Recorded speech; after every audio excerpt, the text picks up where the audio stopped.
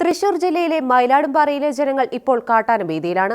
അരിക്കൊമ്പിനു വേണ്ടി 80 ലക്ഷത്തോളം മുടക്കിയ ഭരണ സംവിധാനങ്ങളൊന്നും കൃഷിയിടം തകർന്ന കർഷകരുടെ കണ്ണീർ കാണാൻ പോലും സമയം കണ്ടെത്തിയിട്ടില്ല.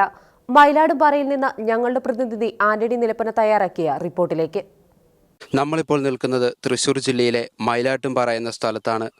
മണ്ണിനോട് മല്ലിട്ട് കൃഷി ചെയ്ത് ജീവിക്കുന്ന ഇവിടുത്തെ ജനങ്ങളിപ്പോൾ കാട്ടാനയുടെ ഭീതിയിലാണ്. ഈ കാണുന്നതാണ് മയിലാടുംപാറയിലെ കിഴക്കുകുടിയിൽ മാത്തുണ്ണി എന്ന കർഷകന്റെ കൃഷിയിടം. കഴിഞ്ഞ ദിവസത്തെ കാട്ടാന ആക്രമണത്തിൽ മണ്ണിനോട് മല്ലിട്ട് ഈ കർഷകൻ വളർത്തിയ 400 പൂവൻ വാഴകളാണ് നശിച്ചത്.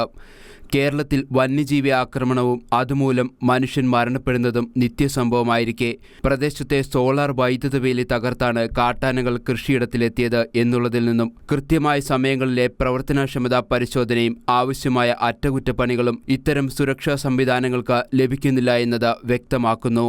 അരിക്കൊമ്പനു വേണ്ടി 80 ലക്ഷം മുടക്കിയ സർക്കാർ സംവിധാനങ്ങൾ ഈ സാധു മനുഷ്യർക്കു വേണ്ടി എന്തു ചെയ്യുന്നു എന്നതിൻ്റെ ഉത്തമ ഉദാഹരണമാണ് നമ്മൾ കാണുന്ന ഈ ദൃശ്യങ്ങൾ.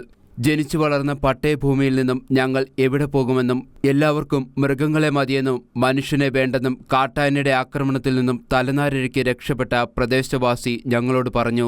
ഇത്ര അടുത്ത് ഞങ്ങൾ കിടന്നുറങ്ങുമ്പോൾ ഇത്രയും അടുത്ത് വന്ന് ആന ശല്യപ്പെടുത്തുകയും തിന്നുകയും ചെയ്തു. അന്ന് ആരും അറിഞ്ഞില്ല. പറഞ്ഞതിൻ്റെ പിറ്റേ ദിവസം വന്നാണ് എല്ലാവരും കാണും എടുക്കുകയും നോക്കുകയും ചെയ്തു പോയിട്ട് പിന്നെ ഒരു തീരുമാനമൊന്നും ഉണ്ടായിട്ടൊന്നുമില്ല. അന്ന് രാത്രി കറണ്ടും പോയായിരുന്നു. ഞങ്ങളവിടെ രണ്ടുപേരും അവിടെ കിടന്നുറങ്ങണ്ടായിരുന്നു. നേരം വെളുത്തപ്പോൾ അമ്മായി വന്ന് ചോദിച്ചു, ആന വന്നത് അറിഞ്ഞില്ലേ നിങ്ങളെന്ന് ചോദിച്ചു. ഞങ്ങൾ അറിഞ്ഞില്ല അമ്മായി, കറണ്ടും ഇല്ലായിരുന്നു, ഞങ്ങൾ അങ്ങനെ കിടന്ന് ഉറങ്ങിപ്പോയെന്ന് പറഞ്ഞു. എന്തോ വീടിന് ഒച്ച കേട്ട് ഞാൻ ചേട്ടനോട് പറഞ്ഞു, എന്തോ വീടിനെന്ന് പറഞ്ഞു. അത് അവിടെ തേങ്ങ പഴുത്ത് നിൽക്കണില്ലേ, അത് വീടുണ്ടെന്ന് പറഞ്ഞു. അങ്ങനെ നേരം വെളുക്കുന്നവരെ അങ്ങനത്തെ ശബ്ദങ്ങളൊക്കെ കേട്ടു. പിന്നെ ആനയാന്നുള്ളത് അറിഞ്ഞ് അമ്മായി വന്ന് പറഞ്ഞപ്പോഴാണ് ഞങ്ങൾ അറിഞ്ഞത്. അപ്പം ഞങ്ങളൊക്കെ കയറി വന്ന് നോക്കുമ്പം ഇവിടെ ചക്കി ഒടിച്ചിട്ടുണ്ട്. ഈ തെങ്ങും തൈ വലുത് തിന്നിട്ടുണ്ട്. ആ തെങ്ങ് അവിടുന്ന് ഒരു 10 തെങ്ങോളം അതും തിന്നിട്ടുണ്ട്. എന്നിട്ട് ആന ഇറങ്ങിപ്പോയിക്കുന്നത് അങ്ങനെയാണ്. അപ്പോൾ ആ ചേച്ചിയുടെയും ഒരുപാട് ചക്കയും ഒക്കെ നശിപ്പിച്ചിട്ടുണ്ട്. അങ്ങനെ ഞങ്ങൾക്ക് കൂടെ കിടക്കാൻ തന്നെ ഭയങ്കര പേടിയായി. ഇപ്പം എന്ത് തന്നെ ആയാലും മൃഗത്തിനെ മതിയല്ലോ, മനുഷ്യരെ വേണ്ടല്ലോ. മനുഷ്യരെ കൊന്നാലും ഒരു കുഴപ്പമില്ല. മൃഗത്തിനെ പാമ്പിനെ കിട്ടിയാൽ അതിനെ വീണ്ടും കയറ്റി വിടുക.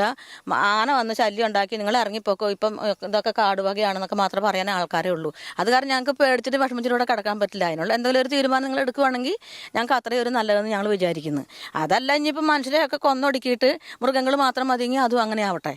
അതല്ല ഇപ്പോഴത്തെയൊക്കെ ഇതൊക്കെ എല്ലായിടത്തും കാണുന്നതും കേൾക്കുന്നതും. അല്ലാതെ കാട് സൈഡിലാണ് അല്ലെങ്കിൽ അവിടെയാണ് കാടാണെന്നും പറഞ്ഞിട്ടൊന്നും കാര്യമില്ല. അതിനുള്ള നടപടി എന്തായാലും നിങ്ങൾ എടുത്തേ പറ്റുള്ളൂ. എല്ലാവർക്കും ഇതുപോലെ വില കൂടി ഇപ്പോൾ റോഡ് സൈഡിൽ തന്നെ പോയി സ്ഥലം മേടിച്ച് താമസിക്കാനുള്ള സാധനങ്ങളൊന്നും ഇത് പട്ടയഭൂമിയാണ്, ഇതൊന്നും ഇട്ടിട്ട് പോകാനൊന്നും പറ്റുമൊന്നുമില്ല. എന്തായാലും ഒരു സാഹചര്യം നിങ്ങളെല്ലാവരും കൂടി ചെയ്തു തരുമെന്ന് ഞങ്ങൾ അങ്ങനെ വിചാരിക്കുന്നു. ആന എന്ന് പറഞ്ഞാൽ 1-2 എണ്ണമൊന്നുമില്ല, ചെറിയ പിണ്ടവും വലിയ പിണ്ടങ്ങളും ഒക്കെ ഉണ്ട്. അത് ഈ പരിസരം മുഴുവൻ 3 ദിവസം അടുപ്പിച്ചാണ് വന്നിരിക്കുന്നത്. അവിടുന്ന് കാട്ടിനെ വന്ന പാട് വരെ ഉണ്ട്. ഈ വൃദ്ധനായ കർഷകന്റെയും കൃഷി കാട്ടാന ആക്രമണത്തിൽ നശിച്ചു. ഇതുപോലെ അനേകം കുടുംബങ്ങളാണ് ഇവിടെ വൃദ്ധരും രോഗികളുമായ മാതാപിതാക്കളും പിഞ്ചു കുഞ്ഞുങ്ങളുമായി കാട്ടാന ഭീതിയിൽ ജീവിക്കുന്നത്. പൗരന്റെ ജീവനും സ്വത്തിനും സംരക്ഷണം നൽകേണ്ട അധികാര സംവിധാനങ്ങൾ ഈ സാധു മനുഷ്യരോട് ചെയ്യുന്നത് വലിയ ദ്രോഹമാണ്. ഇലക്ട്രിക് ഫെൻസിങ്ങും അൾട്രാസോണിക് സൗണ്ട് സിസ്റ്റവും പോലുള്ള ആധുനിക സംവിധാനങ്ങൾ വന അതിർത്തികളിൽ സ്ഥാപിക്കുകയും കൃത്യമായ പരിപാലനം ഉറപ്പുവരുത്തുകയും ചെയ്താൽ ഇത്തരം വന്യജീവി ആക്രമണങ്ങൾ ഒരു പരിധിവരെ പരിഹരിക്കാനാകും.